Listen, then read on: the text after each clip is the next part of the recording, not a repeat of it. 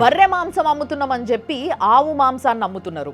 అది కూడా 1,89,000 కేజీల గోవు మాంసం. అది కూటమి సర్కారున్న ఆంధ్రప్రదేశ్ వైజాగ్ల. ఆ కోల్డ్ స్టోరేజ్ ఓనరు సుబ్రహ్మణ్య గుప్తానేమో నాకు బఫెలో మీట్ ఎక్స్పోర్ట్ అని చెప్పేసి వాళ్ళు సర్టిఫికేట్లు అంటే పర్మిషన్లు వాళ్ళ జిఎస్టీ ఇవన్నీ చూపించిండ్రు. నేను రెంట్కి ఇచ్చిన వాళ్ళకి అది చూసి అంతే తప్పితే నాకు కూడా రీసెంట్గానే తెలిసింది వాళ్ళు బర్రె మాంసం అని చెప్పి ఆవు మాంసాన్ని ఎక్స్పోర్ట్ చేస్తున్నారని.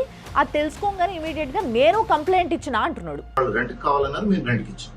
రెంట్కి ఇచ్చేటప్పుడు మేము చూసుకునేది ఏంటంటే బఫెలో మీట్ ఎక్స్పోర్ట్ లైసెన్స్, అది అలౌబుల్ ఐటమ్ మేము తీసుకున్నాం. వాళ్ళకి లైసెన్స్ ఉంది, నెక్స్ట్ వాళ్ళకి జిఎస్టీ ఉంది. ఈ రిపోర్ట్ కంప్లైంట్ ఇచ్చిన తర్వాత డిఆర్ఐ వాళ్ళు పట్టుకున్న తర్వాత వాళ్ళు మేము వివరాలు ఇచ్చాం. పోలీస్ స్టేషన్ లో వాళ్ళ మీద కేసు ఫైల్ అయింది. ఇక్కడ కామన్ పీపుల్ కి కూడా వచ్చే ఒక బేసిక్ డౌట్ ఏంటి అని అంటే, ఫర్ ఎగ్జాంపుల్ ఇప్పుడు మనకు ఒకటి రెంట్కి ఇయ్యనికి ఒక ఇల్లు ఏదో ఉందనుకోండి, అది రెంట్కి ఇచ్చినప్పుడు వాళ్ళ ఆధార్ కార్డు పాన్ కార్డు అన్ని చూసినాము ఇచ్చినాము అయిపోయింది. దాని తర్వాత పట్టించుకోమా? అట్లీస్ట్ వాళ్ళు ఏ టైంకి వస్తున్నారు, ఏ టైం పోతున్నారు, ఇంట్లో ఏమైనా ఖరాబ్ చేస్తుర్రా, ఏం నడుస్తుంది, ఎవరు వచ్చిపోతున్నారు ఇంటికి అని ఒక కన్నేసి పెడతాం కదా.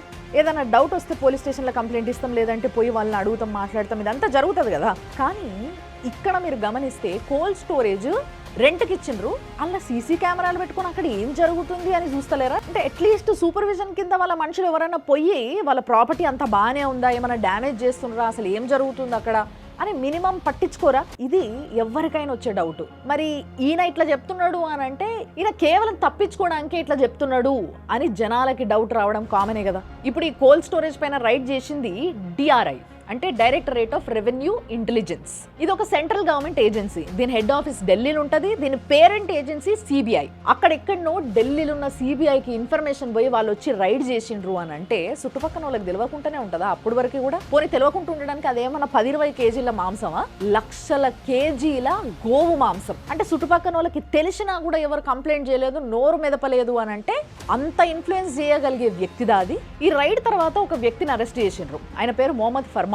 ఈ వ్యక్తి దాన్ని ఆపరేట్ చేసే వ్యక్త, లేకపోతే ఈ గొడ్డు మాంసాన్ని తీసుకొచ్చే వ్యక్త, ఎక్స్పోర్ట్ చేసే వ్యక్త, ఎటువంటి ఇన్ఫర్మేషన్ ఇప్పటి వరకు బయటికి రాలేదు. ఈ cold storage owner Subrahmanya Gupta ఎవరైతే ఉన్నారో ఆయన ఇప్పుడు అధికార పార్టీ టీడీపీ ఎమ్మెల్యే ఒక ఆయనకి చాలా క్లోజ్ అని అంటా ఉన్నారు. అందుకోసమే ఈ కేసుకి సంబంధించిన ఏ విషయాలు కూడా తొందరగా బయటికి వస్తలేవు అని టాక్ వినిపిస్తుంది. బ్రెజిల్, ఆస్ట్రేలియా తర్వాత బీఫ్ ఎక్స్పోర్ట్ల 3rd ప్లేస్లో ఇండియా ఉంది. రికార్డ్స్ ప్రకారం ఇండియా నుంచి వెళ్ళే బీఫ్ ఎక్స్పోర్ట్ల మేజర్గా బఫెల్లో మాంసమే ఉంది. కానీ ఇక్కడ బఫెల్లో మాంసం అనే లైసెన్స్ పైనే గోవు మాంసం పోతుంది. అంటే ఇట్లా దేశం మీద ఏ లైసెన్స్ల పైన ఏ పేరు పైన ఎంతెంత గోవు మాంసం పోతుందో ఏమైతుందో ఇక తెలియాలి.